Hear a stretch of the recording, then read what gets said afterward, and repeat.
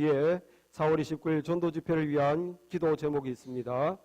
우리 같이 한번 읽어보겠습니다. 주보 뒷면에 같이 한번 읽어보겠습니다. 시작.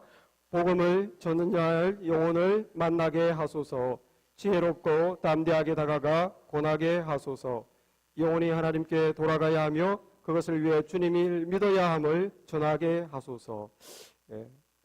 계속 기도하시고 계시죠? 계속 기도하시면 하나님께서, 주님께서, 성령께서 내가 다가가야 할 영혼을 보여줄 줄 믿습니다. 그 영혼을 정말 한 영혼이라도 우리가 다가가서 또 주님께 이끄는데 우리가 쓰여지기를 바라고, 우리가 1년 내내 전도하지 못하더라도 나를 정해서 정말 이때만큼이라도 우리 주변의 영혼들을 돌아보는 시간이 되기를 바랍니다. 계속 기도하시고 우리 성령께 순종하는 우리가 되기를 바랍니다. 네. 지난주 복음이 무엇인가에 대해서 말씀을 전했습니다. 우리가 복음이 무엇인지 설명할 때 두 가지 반응이 있습니다. 어떤 사람은 그것을 잘 듣고 정말 그런가? 정말 예수님이 구세해 주시구나 하면서 받아들이고 하나님의 자녀가 되는 사람이 있는가 하면, 어떤 사람은 그냥 거부해버리고 배척하고 나와는 관계없는 말로 그냥 무시하고 멸시해버립니다. 오늘 이 본문에서도 바울과 바나바가 비시디아 지역의 안디옥이라는 도시로 가서 그 토요일 안식일 날 유대인들이 회당에 모이죠. 회당에 모였을 때 설교를 한 것이 이 오늘 읽은 본문입니다. 그가 담대하게 복음을 전했어요. 쭉 이스라엘의 역사부터 시작했어요. 왜냐하면 유대인들이 회당에 모였으니까. 우리나라 역사를 알듯이 유대인들은 아브라함부터 시작된 자기들의 역사를 알고 있거든요. 그래서 쭉 아브라함부터 모세부터 선지자로부터 정말로 마침내 하나님의 약속대로 메시아를 보내주셨다. 38절 39절에서 형제들아 너희가 알 것은 이 사람을 힘입어 우리가 죄사함을 얻게 너희에게 전하는 이것이며, 또 모세의 율법으로 너희가 의롭다함을 받는 것이 아니고 모든 일에도 이 사람을 힘입어 믿는 자마다 의롭다함을 받는다. 하나님께 의롭다함을 받게 되는 것은 우리가 죽으라고 율법을 지켜서 되는 것이 아니고 예수 그리스도를 믿음으로 말미암아, 예수 그리스도를 구세주로 믿고 나의 주님으로 믿음으로 말미암아 십자가의 은총이 우리에게 와서 우리가 죄 용서함 받고 하나님의 자녀로 거듭나고 성령 받아서 믿음의 삶을 살게 된다. 복음을 담대하게 전했어요. 아니나 다를까 두 가지 반응이 나타났습니다. 어떤 사람들은 오늘 말씀에 42절에 너무너무 귀한 말씀, 처음 들어보는 말씀, 정말 이것은 진리다, 다음 주에도 또 전해주세요. 42절에 그들이 나갈 때 사람들이 청하되 다음 안식일에도 이 말씀을 하라. 어떤 사람들은 다음 주에 또 듣고 싶어서 전했습니다. 그러니까 일주일 뒤에 온 시민이 다 왔다고 그랬어요. 거의 온 시민이, 44절에 보니까 그 다음 안식일에는 온 시민이 거의 다 하나님 말씀을 듣고자 하여 모였다. 48절에 보니까 이 사람들이 듣고 기뻐하고 하나님을 찬양했다. 그래서 복음에 대해서 포지티브한 반응을 보인 사람은 자꾸 듣고 싶습니다. 듣고 싶고 진리다, 마음에 감동이 오고 확신이 오고 그리고 기쁨이 오고, 사람은 영혼은 진리를 만나면 기뻐하게 돼 있어요. 기쁨이 오고 그리고 그 기쁨으로 인해서 찬송하게 되죠. 반대의 반응은 무엇인가? 유대인들은 이 복음을 거부했습니다. 이 회당에서 가르치시고 이 바리새인들은 44절에 보니까 45절 유대인들이 그 무리를 보고 시기가 가득하여 바울이 말한 것을 반박하고 비방하고, 46절에 바울과 바나바가 담대히 말하여 이르되 하나님의 말씀을 마땅히 먼저 너에게 전할 것이로되 너희가 그것을 버리고 리젝트, 거절했다, 거부하고 그리고 영생을 얻기에 합당하지 않은 자로 자처하기로, 우리 그런 거 필요 없다, 예수 관계없어, 지옥 가면 되지, 나와 관계없는 얘기야, 영생을 얻기에 합당치 않은 자로 자처한다는 거예요. 지금도 복음을 받지 않는 사람들은 그래 당신이나 잘 가시오, 나와 관계없다, 영생 뭐 안 받으면 되지, 이런 식으로 자기 스스로 나는 그런 것이 필요 없는 사람이라고 자처하는 거예요. 두 가지 반응이 옛날이나 지금이나 복음 앞에서 있습니다. 이 두 반응 중에서 어떤 것이 정상일까? 복음을 잘 받는 게 정상이겠습니까? 아니면 거절하는 게 정상이겠습니까? 어떤 게 정상이겠습니까?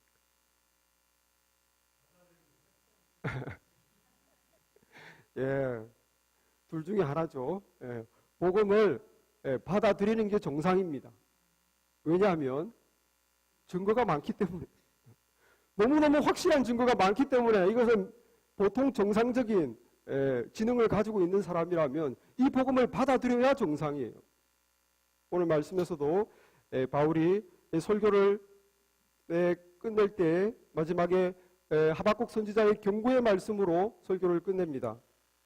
40절, 41절에 그런즉 너희는 선지자를 통하여 말씀하신 것을 너희에게 미칠까 조심해라, 삼가해라. 41절 일러스되 보라 멸시하는 사람들아 너희는 놀라고 멸망하라. 내가 너희 때를 당하여 한 일을 행할 것이니 사람이 너희에게 일러줄지라도 도무지 믿지 못할 일이라. 이 멸시하는 사람들아 놀라고 멸망하라. 멸시하는 사람들은 나중에 진짜 주님이 진짜 구세주인 걸 알고 깜짝 놀라게 돼 있어요. 진짜 심판대에 서서 주께서 우리의 죄를 심판하실 때 그때 깜짝 놀라게 돼 있어요. 그리고 멸망하는 거죠. 하나님께서 하박국 선지자를 통하여 뭐라고 그랬습니까? 너희 때를 떠나여 한 일을 행할 것이다. 그것은 뭡니까? 이때까지 하나님이 약속하신 메시아를 보내시고 예수를 통해서 사람들을 나에게 다가오게 하는 하늘 문을 여는 그 일을 행할 것이다. 사람들이 너희에게 일러줄지라도 도무지 못할 일이다. 믿지 못할 일이다. 사실 이 복음은 수백 년 동안 이미 얘기됐던 거예요. 선지자를 통해서. 예수님이 오기 전에 500년에서 1000년 전에 수많은 선지자를 보내서 메시아가 올 것이다. 이 세상의 구세주이며 그리고 이 세상을 왕으로 다스릴 메시아를 하나님이 보내실 것이다. 그거를 500년에서 1000년 전에 계속 성경에서 얘기를 했습니다. 예수님이 다윗의 후손으로 올 것이고 베들레헴에서 태어날 것이고 그리고 그 앞에 다른 메신저가 올 것이다. 정말로 예수님이 다윗의 가문에서 태어났어요. 정말로 예수님은 베들레헴에서 태어났어요. 그리고 정말로 예수님이 태어나기 전에 침례 요한이 먼저 앞에서 사역했습니다. 예언한 그대로 다 이루어졌어요. 스가랴 선지자가 500년 전에 예수님 태어나기 500년 전에 예언한 것이 메시아가 오시면 예루살렘에 낙이 타고 입성할 것이다. 그리고 제자들에게 배신당할 것이다. 은 30에 팔릴 것이다. 옆구리에 창이 찔릴 것이다. 스가랴서를 한번 읽어보십시오. 구약 스가랴서에 예수님이 태어나기 전에 메시아가 오기 500년 전에 이것이 다 예언됐어요. 정말로 예수님이 오셔서 그대로 다 이루어졌어요. 예수님이 오시기 700년 전에 이사야 선지자가 이제 메시아가 오시면 처녀에게서 태어날 것이다. 죄인을 위해서 몸이 찢기고 상하고 그리고 찔릴 것이다. 강도들과 함께 십자가에 달릴 것이다. 그리고 부자의 무덤에 그 시신이 안치될 것이다. 정말로 예수님은 이사야 선지자가 예언한 그대로 다 700년 뒤에 이루어졌어요. 놀라운 일 아닙니까? 우리가 정말 이성을 가지고 있는 사람이라면 이걸 부인할 수 없는 사실.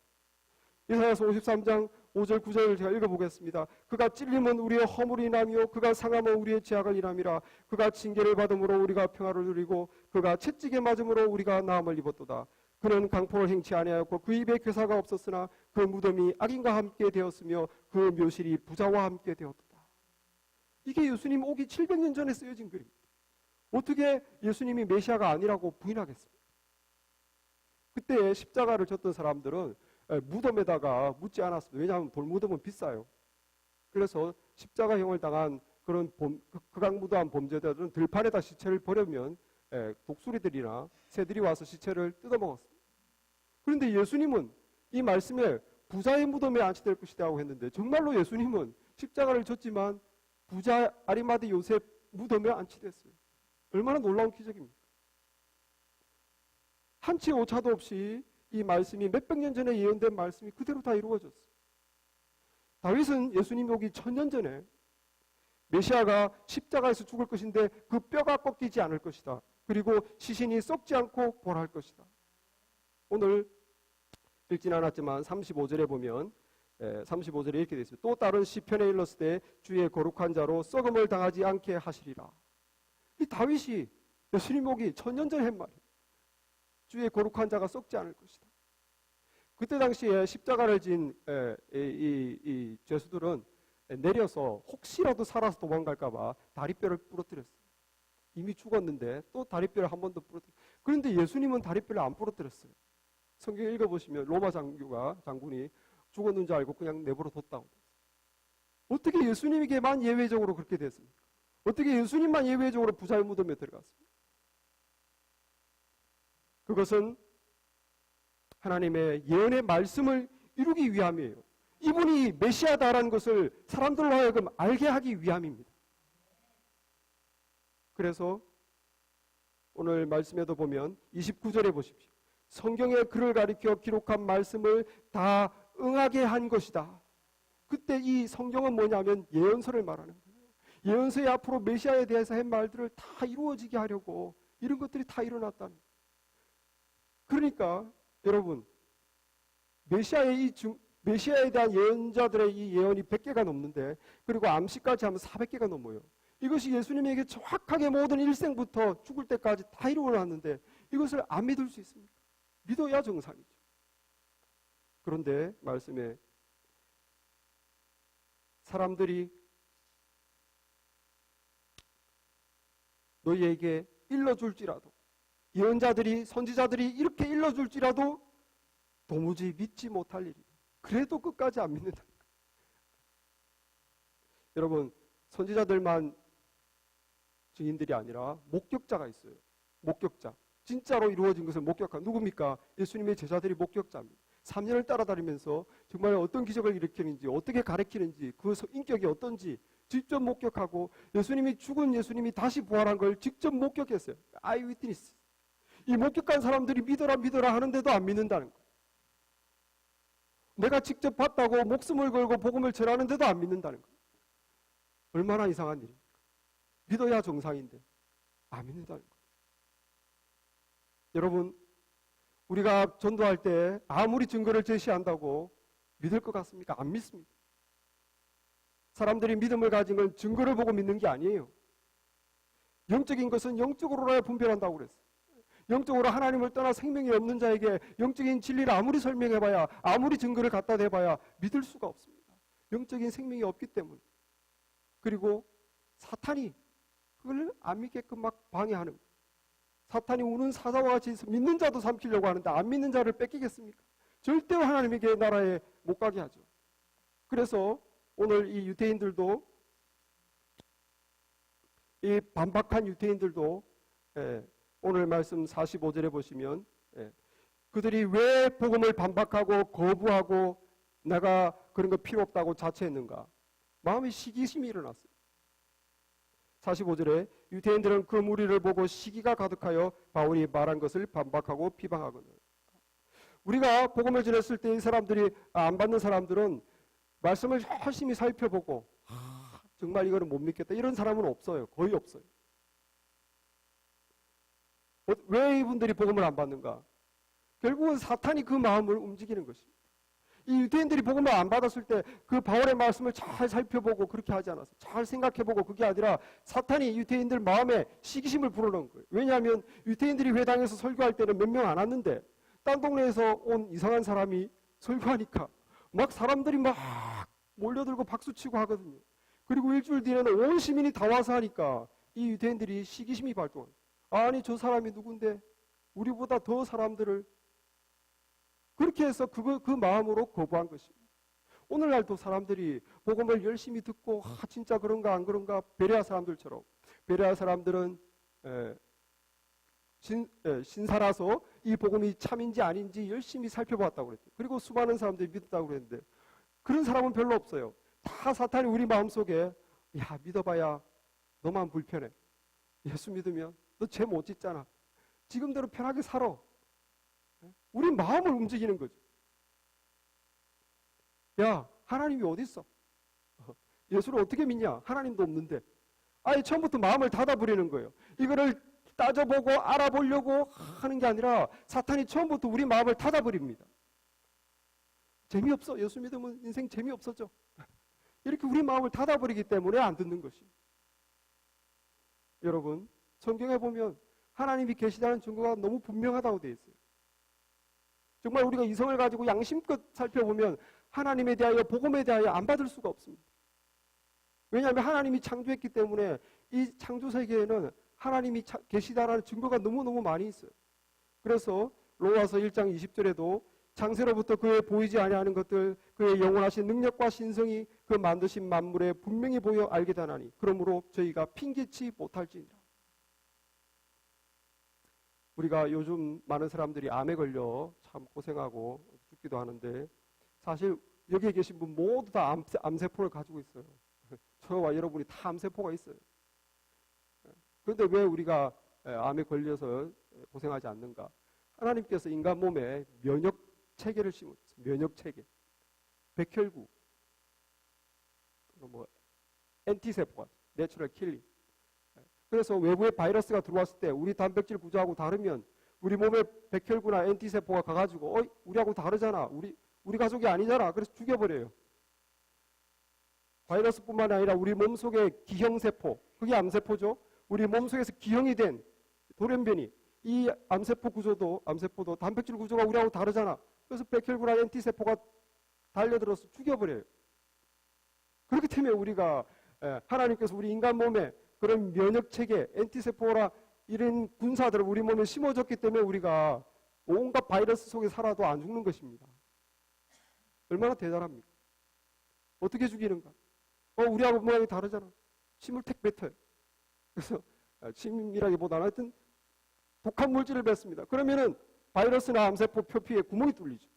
그 구멍에다가 이제는 아주 폭탄을 집어넣습니다. 독한 물질을 집어넣어요. 그리고 살짝 피하면 좀 있으면 터져버려요. 분해돼 버립니다. 외부에서 들어온 나쁜 바이러스가 분해돼 버리고 암세포가 분해돼 버리고 얼마나 똑똑합니까?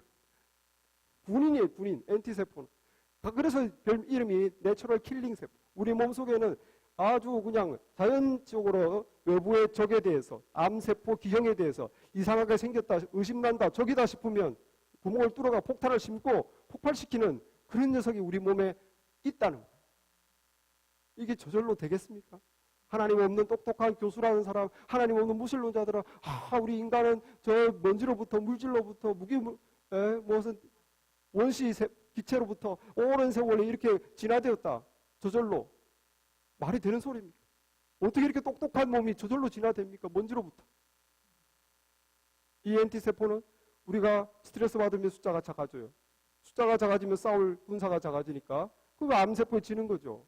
그러나 우리가 자꾸 웃고 그리고 기뻐하고 즐거워하고 그러면 숫자가 많아져요. 어떻게 되겠습니까? 아무리 바이러스가 들어오고 암세포가 생겨도 군사가 많으니까 이기는 것입니다. 하나님이 뭐라고 그랬습니까? 우리 몸을 창조하신 하나님께서 항상 기뻐하라. 아무것도 염려하지 말고 기도해라. 염려하면 안 된다. 기도해라. 모든 것을 하나님께 맡겨라. 네가 짊어지지 마라. 하나님께서 우리를 창조하시고 우리 몸을 아시는 분이 우리를 위한 말씀을 주시는 거 아니겠습니까? 어떻게 하나님이 없다라고 말하는? 무지하기 때문에, 생각을 안 하기 때문에. 어떻게 예수가 메시아가 아니라고 말합니까? 증거를 보지 않기 때문에. 고대 문서가 모든 문서들이 다 증거하고 있는데 이걸 안 보고 안 받아들이기 때문에. 벌써 그들의 프리서포지션, 전제가 사탄에 의해서 잡혀있기 때문에 아예 처음부터 하나님 믿으면 나만 불편해, 나만 귀찮어, 신은 없어, 내 마음대로야. 사탄이 우리 마음속에 그런 전제를 구축하기 때문에 안 되는 거예요. 그래서 사람들이 너희에게 일러줄지라도 도무지 믿지 아니한다는 거예요. 도무지 믿지 아니한다. 여러분, 믿지 못하는 것은 우리의 죄성이 하나님을 거부하기 때문입니다. 하나님이 싫은 거예요. 떠나 살고 싶은 거예요. 아담처럼. 사탄이 우리를 꽉 잡고 하나님께 못 가게 막기 때문입니다. 어떻게 우리가 그런데 예수를 믿었습니까? 이거는 기적 아닙니까? 기적이에요. 우리가 지금 나의 그 정말 끈질긴 죄성과 하나님을 거부하는 걸 이기고 그 사탄의 그 강력한 방해를 꿰뚫고 하나님을 믿고 복음을 받아들였다는 것은 기적입니다. 어떻게 이것이 가능하겠습니까? 우리에게 좋은 소식이 있습니다. 우리의 끈질긴 하나님을 거부하는 죄성보다 사탄의 그 강력한 방해보다 더 강력한 파워가 있어요. 더 강력한 파워. 그 더 강력한 파워는 무엇인가? 하나님의 은혜, 하나님의 은혜, 이 엔티세포같이 폭발시켜버리는, 모든 장애물을 폭발시키는 하나님의 은혜가 임하면 십자가를 바라보고 그 앞에서 내가 죄인이구나, 하나님께서 나를 향하여 죄사함의 은혜를 베풀었구나, 그리고 하나님의 자녀로 거듭나는 겁니다. 성령 받는 거예요. 하나님의 은혜만이 이 일을 하시는 줄 믿습니다. 그리고 우리는 감사해야 돼요. 이야, 기적같이 내가 복음을 받아들이고 하나님 자녀가 된 것에 대해서는 우리가 하늘나라 갈 때까지 마르고 닳도록 찬양하고 감사해야 됩니다. 기적이에요. 오늘 48절 말씀에도 이방인들이 듣고 기뻐하여 하나님의 말씀을 찬송하며 영생을 주기로 작정된 자는 다 믿더라. 어떻게 믿습니까? 영생을 주기로 하나님이 작정한 자는 믿는다는 거죠. 절대로 증거로도 안 되지만 하나님이 은혜 베풀기로 작정한 영혼에게는 그 영혼을 하나님이 은혜 베풀면 믿는다는 거예요. 할렐루야. 그래서 요한복음에도 6장 44절에 아버지 하나님께서 나에게 이끌지 아니하면 아무라도 나에게 올 자가 없느니라. 하나님이 이끌어준 거예요. 너희가 그 은혜를 인하여 믿음으로 말미암아 구원을 얻은다니 이것이 너희에게서 난 것이 아니요 하나님의 선물이다. 우리가 믿고 구원받은 건 하나님의 무엇이라고요? 그 선물은 은혜예요. 은혜. 선물은 그냥 공짜로 주는 거기 때문에 은혜입니다. 얼마나 감사합니까? 우리는 정말 이렇게 구원받은 건 하나님 은혜로 구원받은 거예요. 그래서 이 바울이 설교하면서 43절에 이렇게 받아들인 영혼들에게 이렇게 설교합니다. 43절에 회당의 모임이 끝난 후에 유대인과 유대교에 입교한 경건한 사람들이 많이 바울과 바나바를 따르니 두 사도가 더불어 말하고 항상 하나님의 은혜 가운데 있으라. 항상 너희가 은혜로 구원받았구나. 이제 항상 은혜 안에 있어라. 그렇게 권하는 거예요. 하나님이 우리를 은혜로 구원했습니다. 이제 하나님께서 자, 내가 은혜로 너희를 죄인에서 하나님 나의 자녀로 존귀한 자로 건져줬으니 이제 천국 갈 때까지 네가 내 앞에 올 때까지 이제 내가 목숨 걸고 믿어라. 믿으면서 절대 떨어지면 안 된다. 그거 네 책임이다. 이제는 이제 우리 몫으로 주어졌습니까? 아니에요. 하나님이 만약에 이제 구원은 내가 했으니 천국 올 때까지 믿음 생활은 네가 알아서 해라. 그러면 저와 여러분 하루도 믿음 생활 지킬 수가 없습니다. 왜냐하면 우리 속에 이 끈적끈적한 죄성을 이길 수는 없어요. 우리는 그 사탄의 힘을 우리는 이길 수가 없습니다. 하루도 이길 수가 없어요. 우리를 구원해 주신 그 은혜가 지금도 날마다 부어지고 있기 때문에 믿음 생활하는 거예요. 그래서 뭐라고 그럽니까? 항상 은혜 안에 은혜 가운데 있어라. 우리가 믿는 게 아니기 때문에 우리 힘으로 될 수 없기 때문에 우리에게 진짜 중요한 건 뭐냐? 은혜 안에 항상 있는 것이 중요합니다. 베드로전서 5장 10절에 보면 모든 은혜의 하나님 곧 그리스도께서 너희를 부르사 그리스도 안에서 너희를 부르사 자기의 영원한 영광에 들어가게 하신 이가 잠깐 고난받는 너희를 친히 온전케 하시며 굳게 하시며 강하게 하시며 털을 견고케 하시리라. 누가? 우리를 구원해내신 하나님께 모든 은혜의 하나님 곧 그리스도 안에서 너희를 부르사 자기의 영원한 영광에 들어가게 하신 하나님 구원해내신 그 하나님께서 이제는 친히 직접 또 우리를 온전케 하시며 굳게 하시며 강하게 하시며 우리를 견고케 해주신다.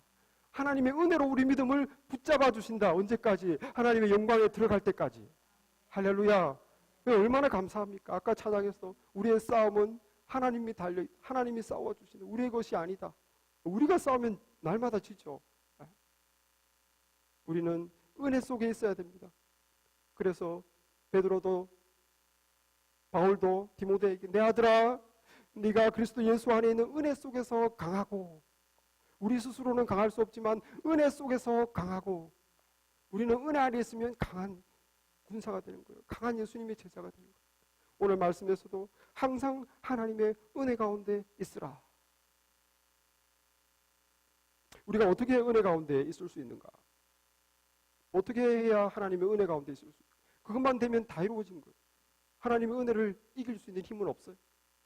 은혜 안에 들어가기만 하면 돼요. 어떻게 들어가는가?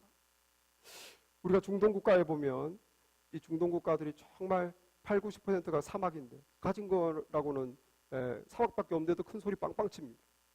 이 중동 국가들이 큰 소리 치는 이유가 뭡니까? 예? 기름. 이 지름, 가스비, 이 갤론당 4불씩 하는데 벌벌 안 뜰 나라가 있습니까? 예. 이 오페크 국가들이 협약해서 우리 다음 달부터 기름값 갤론당 10불 한다 이러면 미국이고 할 말 없어요. 그 사람들이 다 힘을 합쳐서 기름이 있으니까 덜덜덜 떠는 겁니다. 정말로 이 사막 국가, 사우디아라비아 80%, 90%가 사막인데 그 밑에 기름이 있으니까 오일머니, 이 오일머니로 전 세계의 돈을 다 끌어당기는 거예요. 그래서 지금 도시마다 막 개발하더라고. 돈이 넘치니까 도시마다 그냥 도로 깔고 상하수도 깔고 막 통신 전기 시설 다 하고. 우리나라가 지금 막 좋아 죽죠. 우리나라 기업들이 옛날에 70년대에도 중동 가서 1차 중동범으로 돈 많이 벌어 오일머니 벌어 왔는데 지금도 그냥 우리나라가 그 공장을 잘 세우니까 도로를 잘 닦으니까 한국 회사들이 요즘 돈을 많이 벌고 있습니다. 제2의 중동 붐이죠. 그런데 이 기름이 저절로 내 손에 들어오는 건 아니에요. 어디 있느냐? 저 땅 밑에 100m, 200m 밑에 있는 거죠. 기름은 정말 하나님의 은혜입니다. 공짜로 준 금, 황금 같은 거예요. 그런데 내 손에 들어오지가 않아요. 몇백 미터 밑에 있는 거예요. 하나님께서 우리에게, 우리 믿는 자뿐만 아니라 모든 인간에게 엄청난 은혜를 주셨어요. 십자가를 통하여 우리 인간에게 엄청난 은혜를 주셨지만 그것이 나에게 도착은 안 하는 것입니다. 왜? 모든 인간이 그 하나님을 거부하는 죄성으로, 그리고 사탄의 그 방해하는 힘 때문에 오일과 나와의 사이에 그 수백 미터의 안반이 꽉 막고 있듯이, 그래서 그 오일이 나하고 아무 관계 없듯이 이 세상 사람들의 영혼에 하나님의 그 은혜가, 우리가 하나님을 거부하는 이 마음과 사탄의 그 공조가 하나가 돼가지고 하나님의 은혜를 받는 사람이 극히 없다는 거예요. 받을 수가 없다는 거예요. 이것이 안타까웁니다. 그 소규를 내가 받기 위해서 어떻게 해야 됩니까?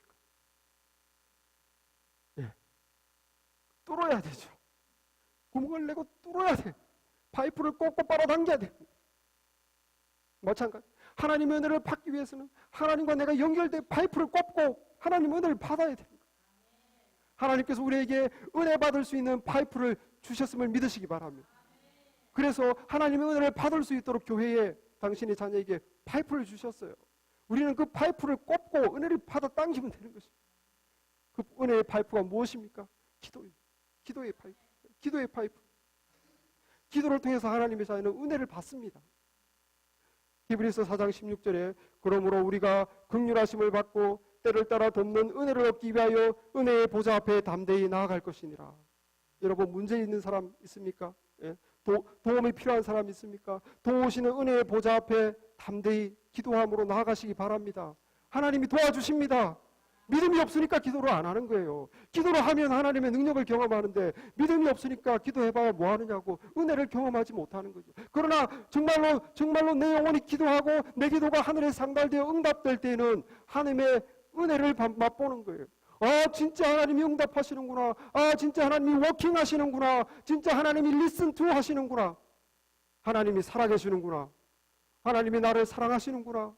기도를 통해서 응답을 받고 내가 은혜를 받는 것입니다. 그러므로 기도를 여러분 우리가 등하리 하고 안 하는 것은 하나님의 그 은혜 못 받는 거예요.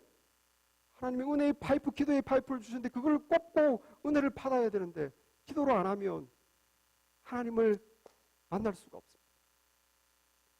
기도를 통해서 우리가 또 평안과 위로와 하나님에 대한 사랑이 꿈틀거립니다. 자녀들이 성장하면 이제 객지에 나가서 독립하겠다고 나가죠. 독립하겠다고 자기들 기분은 좋지만 원하는 대로 내보내면 고생이에요. 낯선 도시 가서 혼자 렌트비 만들고 직장 생활하고 혼자 생활하면 외롭죠. 얼마나 힘듭니까? 남들이 다 하니까 나도 한다고 했지만 삶은 척박하고 벌판 같은 인생에 혼자 걸어가야 되는데 그게 쉽겠습니까? 보험이 돼서 비닐하우스 같이 잘 자라다가 이제 험한 세상에서 혼자 헤쳐려면 힘든 거예요. 그러다가 명절이 되면 길을 쓰고 부모에게 옵니다. 부모에게 오면 따뜻한 밥 주죠. 따뜻한 국 주죠. 사랑 주죠. 어떻게 됩니까? 부모에게 돌아왔을 때 결국 내 마음에 평화를 얻는 거예요. 위로가 되는 것입니다. 상한 심령이 또 회복되는 것입니다. 그래서 길을 쓰고 부모에게 돌아오려고 하는 거죠. 여러분들 자녀는 잘 안 오시나 봐요. 표정이. 예? 마찬가지예요, 여러분. 하나님의 자녀가 험한 세상에 혼자 살아가려면, 이 안 믿는 세상에 믿음대로 살아가려면 힘듭니다, 여러분. 세상과 타협하지 않고 믿음대로 살아가면 마음도 상하고 사람 사이에 자꾸 부딪히고 그 마음도 거칠어지고 왜 이렇게 힘든지, 교회 안에서도 힘들고 교회 밖에서도 힘들고, 그럴 때 어디서 위로가 옵니까? 어디서 내가 회복됩니까? 무릎을 꿇어야 되는 거예요. 하나님께 가야 되는 거예요. 골방에서 무릎 꿇고 기도의 파이프를 연결해 보십시오. 그러면 하늘의 위로가 옵니다. 우리의 상한 마음을 만져주시는 하나님의 위로가 오는 거예요. 하나님만이 아시기 때문에, 내 마음을 하나님만이 아시기 때문에 나를 위로해 주시는 거죠. 정말로 어떻게 살아갈까 불안하고 걱정하고 염려되는데 하늘에서 이상한 평안이 내 마음을 붙잡아 주십니다. 모든 지각에 뛰어난 하나님의 평강이 내 마음과 생각을 지키시리라. 그리고 하나님에 대한 사랑이 점점점 커지는 거예요. 이 기도가 이렇게 은혜의 파이프인데 이걸 안 썼어야 되겠습니까? 하나님이 우리에게 주셨는데. 기도의 파이프를 쓰시기 바랍니다. 기도의 파이프를 통해서 하나님의 은혜를 받으시기 바랍니다. 우리에게 찬양의 파이프를 주셨어요. 찬양의 파이프는 무슨 일을 하는가? 우리의 영혼을 즐겁게 해줍니다. 그리고 힘을 주는 거예요. 바울과 실라가 복음 전하다가 복음 전한다는 이유로 막 잡혀가지고 모질게 매맞고 감옥에 들어갔어요. 그때 바울과 실라가 무엇을 했는가? 찬양을 했어요. 그때 낙심하고 하나님 도대체 말이 됩니까? 내가 정말 복음을 위해서 이렇게 했는데 나 이제 그만둡니다. 낙심하고 포기하고 원망했다면 힘이 없었죠. 그러나 그럼에도 불구하고 찬양을 했기 때문에 이 사람들이 힘이 생긴 거예요. 그 영혼의 즐거움을 어떻게 했습니까? 거기서도 간수를 전도했잖아요. 그렇게 전도한다고 왜 맞고 감옥에 들어갔는데 거기서도 간수를 전도했어요. 시편에 보면 71편 23절 내가 주를 찬양할 때에 내 입술이 기뻐 외치며 주께서 구속하신 내 영혼이 즐거워하리이다. 여호와를 기뻐하는 것이 너희의 힘이라. 하나님을 기뻐하는 것이 우리의 힘입니다. 사탄 마귀는 하나님을 기뻐하지 못하게, 하나님을 기뻐하지 못하는 사람은 찬양하는 게 너무 힘들어. 찬양하는 게 너무 고역이고 힘들어요. 하나님을 기뻐하지 못합니다. 찬양이 힘든 사람은 힘이 안 생기고 영혼이 기쁨이 없고 힘이 없고 환경에 따라 몸이 이리 갔다 저리 갔다, 뭐가 잘 되면 잠깐 좋아하다 안 되면 팍 쓰러졌다, 힘없는 크리스찬이다. 여러분, 그러므로 우리 믿는 자들은 찬양에 힘써야 됩니다. 자꾸 찬양하고 어려울수록 절망스러울수록 자꾸 찬양하십시오. 소리를 내어서 그 찬양을 내가 들으면서, 그래야 내 영혼이 힘을 되찾고 기쁨을 되찾고 일어설 수가 있는 거예요. 어떻게? 하나님의 찬양을 통한 하나님의 은혜가 있기 때문에 그렇습니다. 믿으십니까? 해보시기 바랍니다. 말씀의 파이프가 있어요. 이 말씀의 파이프는 무엇을 하는가? 하나님의 사람을 만들어주는 거예요. 이 세상 사람으로 찌들어 있는 우리 인생에 완전히 세뇌를 교육을 시켜서 완전히 하나님의 사람으로 만들어줍니다. 그리고 하나님의 사람을 만들고 나서는 하나님의 일꾼이 되게 하는 거예요. 하나님이 기뻐하는 일을 막 하도록 만들어줍니다. 그 말씀이 굉장히 중요해요. 말씀이 주시는 은혜가 있습니다. 사도행전 20장 32절에 지금 내가 너희를 주와 그의 은혜의 말씀께 부탁하노니 그 말씀이 너희를 능히 든든히 세우사 이는 하나님의 사람으로 온전케 하며 모든 선한 일을 행하기에 온전케 하려 합니다. 말씀이 우리를 든든히 세워주는 하나님의 은혜가 있다는 거예요. 그래서 하나님의 진리를 우리가 자꾸 듣고 깨닫고 할 때 우리 세상 사람이 하나님의 사람으로 바뀌는 거예요. 그리고 진리를 통해서 무엇이 중요한가, 나의 인생관과 가치관이 바뀌면서 이제 정말 중요한 걸 위해서 일을 할 수 있게 되는 거예요. 하나님의 일꾼이 되는 것입니다. 이 은혜가 어떻게 오는가? 말씀의 파이프를 통해서 오는 거예요. 그러니까 우리가 하나님이 이렇게 파이프를 줬기 때문에 기도, 찬양, 말씀의 파이프를 늘 통해서 은혜를 날마다 받아야 됩니다. 그 은혜 안에 있으면 강하게 되는 거예요. 은혜 안에서 강하고. 여러분들 예배를 소홀히 하지 마시기 바랍니다. 꼴핏하면 예배를 빠지고 이러시면 안 돼요. 왜냐하면 예배에 기도가 있고 찬양이 있고 말씀이 있기 때문에 예배에서 은혜를 못 받으면 어디서 은혜를 받겠습니까? 늘 예배에 참석하기를 힘써야 되는 거예요. 그래서 찬양하고 기도하고 말씀 듣고 여기서 하나님이 주시는 은혜를 받아야 우리가 믿음 생활을 할 수 있어요. 예배를 귀하게 보시기 바랍니다. 주중에도 열심히 나오시기 바랍니다. 우리가 정말 은혜 안에 있는가 없는가? 지금은 보라 은혜 받을 만한 때요 지금은 구원의 날이로다. 내가 은혜 아래 있는가 없는가? 시금석이 있죠. 이 디모데전서 1장 14절에 우리 주의 은혜가 그리스도 예수 안에 있는 믿음과 사랑과 함께 넘치도록 풍성하였다. 내가 정말 은혜 안에 있다면 믿음이 자라는 거예요. 내가 정말 은혜 안에 있다면 예수님의 사랑으로 자꾸 사랑을 할 수 있게 됩니다. 내가 은혜가 떨어지고 있다면 믿음이 점점 떨어집니다. 내가 정말 은혜가 메마르고 있다면 사랑 못해요. 사랑 못해요. 이 세상에 믿음 좋은 사람은 없습니다. 단지 하나님의 은혜 아래 있는 사람만 있어요. 우리가 하나님의 은혜 아래 있으면 믿음이 좋은 거고, 하나님의 은혜 아래 지금 이 사람이 없으면 그 사람 믿음이 점점 나빠지는 거예요. 이 세상에 주님의 사랑으로 충만한 그런 사람은 없습니다. 단지 은혜 아래 있는 사람만 있는 거예요. 은혜 아래 있으면 주님의 사랑으로 사랑할 수 있고, 은혜 아래 없으면 사랑해야 됨에도 불구하고, 당연히 사랑해야 될 사람임에도 불구하고 사랑할 수 없는 것입니다. 그렇기 때문에 여러분, 은혜 아래 있기를 노력하시는 우리가 되기를 바랍니다. 기도, 찬양, 말씀의 파이프를 주셨으니까 이것을 통해서 날마다 은혜 생활 하시기를 바랍니다. 기도하겠습니다.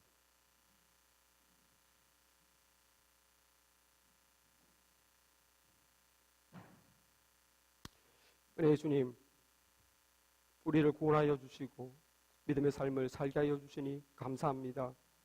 우리의 힘으로 사단을 이길 수 없고 하나님을 거부하는 우리의 죄성을 이길 수 없음을 주여 주께서 아시고 저희들이 잘 알고 있습니다. 하나님의 은혜가 없다면, 하나님의 저희를 붙잡아 주지 않는다면, 믿음으로 이끌어 주지 않는다면 아버지 하나님, 하루도 당신의 자녀답게 살 수가 없음을 고백합니다. 나의 나된 것은 온전히 하나님의 은혜인 것을 고백합니다. 하나님, 주께서 주신 은혜의 통로를 써서 날마다 기도하며 하나님 말씀 안에서 자라며 아버지 하나님이여 찬양하는 입술이 되어 아버지 하나님의 은혜를 통로를 통하여 날마다 은혜 안에서 강한 죄들이 될 수 있게 도와주시고 아버지여 주님 앞에 갈 때까지 하나님 복되고 귀한 인생을 살 수 있도록 도와주시옵소서. 아버지 하나님이여 지금부터라도 아버지 모든 게을렀던 우리의 모습들을 극복하게 도와주시고 더 기도에 힘쓰게 도와주시고 더 하나님 말씀 알고자 노력하게 도와주시고 더 찬양하는 생활이 될 수 있도록 이끌어 주시옵소서. 주께 모든 것을 의지하며 예수님 이름으로 기도했사옵나이다. 아멘.